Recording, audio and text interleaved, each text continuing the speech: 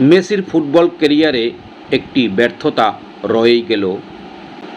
কয়েকটি বিশ্বকাপে মেসি দুর্দান্ত খেললেও সে একটা ব্যর্থতা ঘুচাতে পারল না। কী সেই ব্যর্থতা? সেটা হলো বিশ্বকাপে মেসি এখনও গোল্ডেন বুট পুরস্কারটি পায়নি। এটি হলো সর্বোচ্চ গোলের পুরস্কার, যা মেসি এবছর প্রায় পাওয়ার কাছাকাছি গিয়েছিল, কিন্তু তবুও পায়নি। কারণ মেসি দিয়েছিল ৮ গোল আর এমবাপ্পে দিয়েছিল ১০ গোল। তবে মেসি দুটি প্লান্টিক মিস করেছিল। যদি মিস না করত তাহলে তার গোল ১০ হয়ে যেত। মেসি তার ফুটবল জীবনে এত সাফল্যের মাঝে শুধু এই একটি অপূর্ণতা বা ব্যর্থতা তার রয়েই গেল।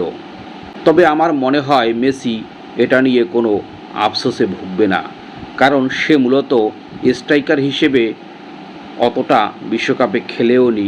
এবছর হয়তো কিছুটা গোলের দিকে তার গ্রুপ পর্বের ম্যাচগুলোতে নজর ছিল, তবে নকআউটের ম্যাচে সে মূলত গোল দেওয়ার চেয়ে দেওয়ানোতেই বেশি।